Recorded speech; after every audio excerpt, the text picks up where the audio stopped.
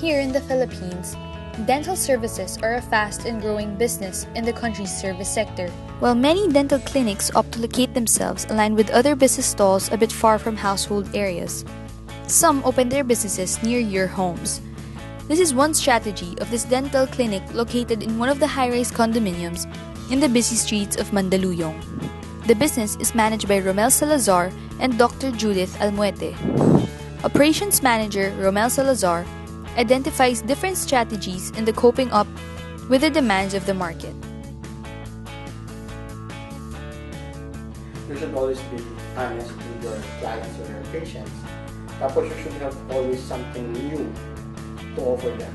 One is the birthdays, the free cleaning. We also give discounts. No? Kasi lalo na pag may nag-refer.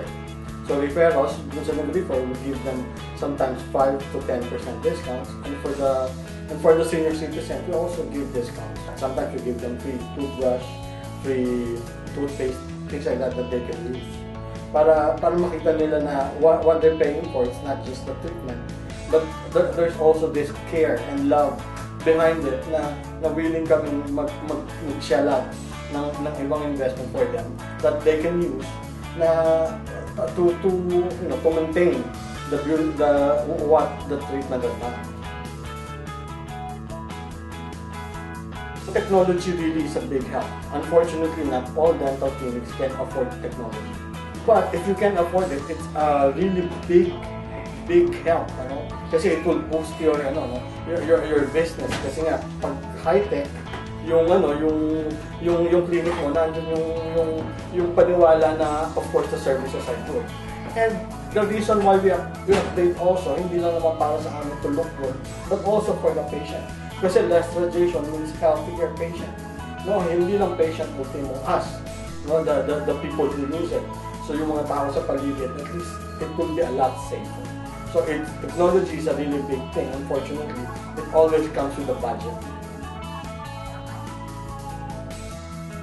Naka-schedule lahat. There's no walk-in. Kung mapapansin mo, everything is scheduled per patient. That is how we want it to be, para smooth yung pagpasok ko. Kasi we believe that, syempre, the patient, kung anong feeling niya, would always comes first to us. Ayaw namin sa lahat yung maghihintay ka or to fall in line for hours and hours waiting for your time. So, as an operation manager, yun yung isang sinisigurado ko, na yung maging flow ng patient would be perfect. Na mag-overlap man ng konti yung patient, as in, you'll just wait like at most siguro 10 minutes or 5 minutes. Ang maganda naman dito is it's a lot safer kumpara mo dun sa mga dental clinics na nag-aano ng walk-in, kasi you don't know who the patients are. But with our case, mas safe and secure yung feeling, not just us, even for the patients, na lahat kilala namin yung pumunta. A typical dental service process is rather short and begins with the arrival of the patient inside of the clinic. The patient then consults with the dentist and the problem is diagnosed. After the diagnosis, treatment of the patient is followed and the process ends by the patient paying for the services offered. It often requires a lot of customer contact.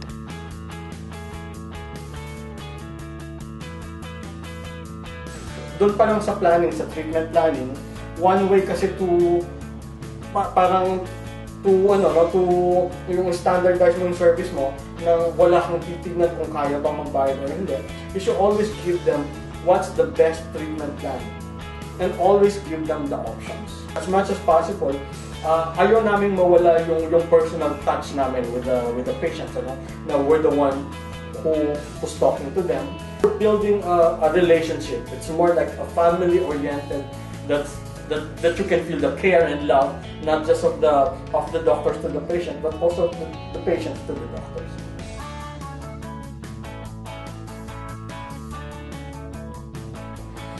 Well, for us kasi, lalo na for me, nung ginagawa namin itong clinic, we always say, we want it to be a bit homey. Okay? Kasi service-oriented siya. So, we want it to be homey, but not that homey.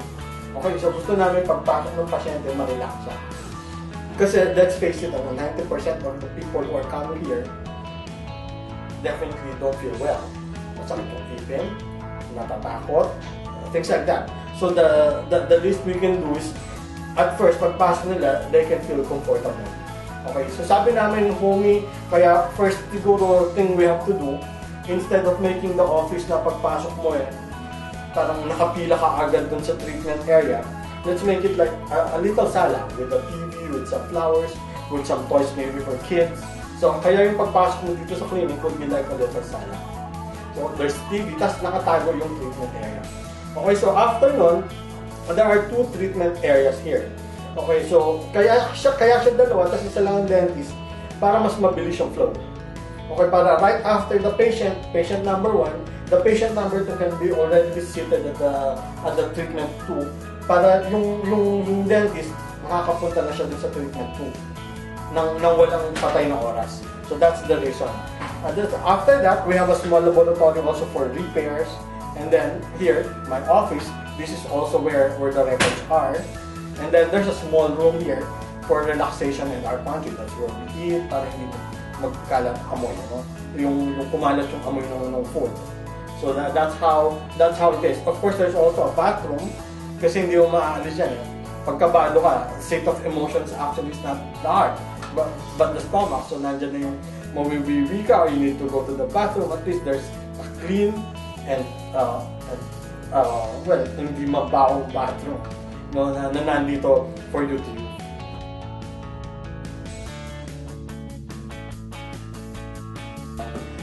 Inspections, siguro, kasi for us, yung inspection na yan, it doesn't just, you won't just inspect dun sa ginawa mong treatment with the patient.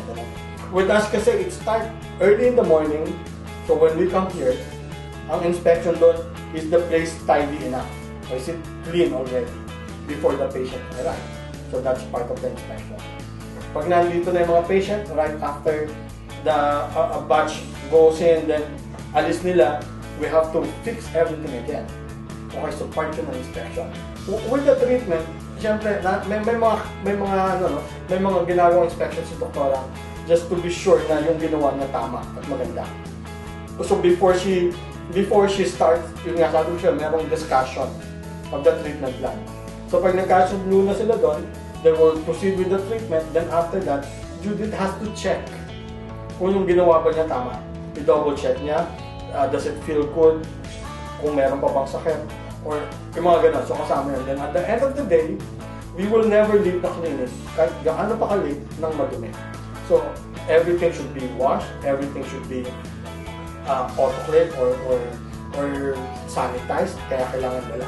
Kasi we would treat everyone na mayroong sakit na nakakahawa. Na kung isipin namin yan, lahat ng patient may nakakahawang sakit for us to make sure that all the things that we use here are clean, are safe. Kasi those are the things that we use also.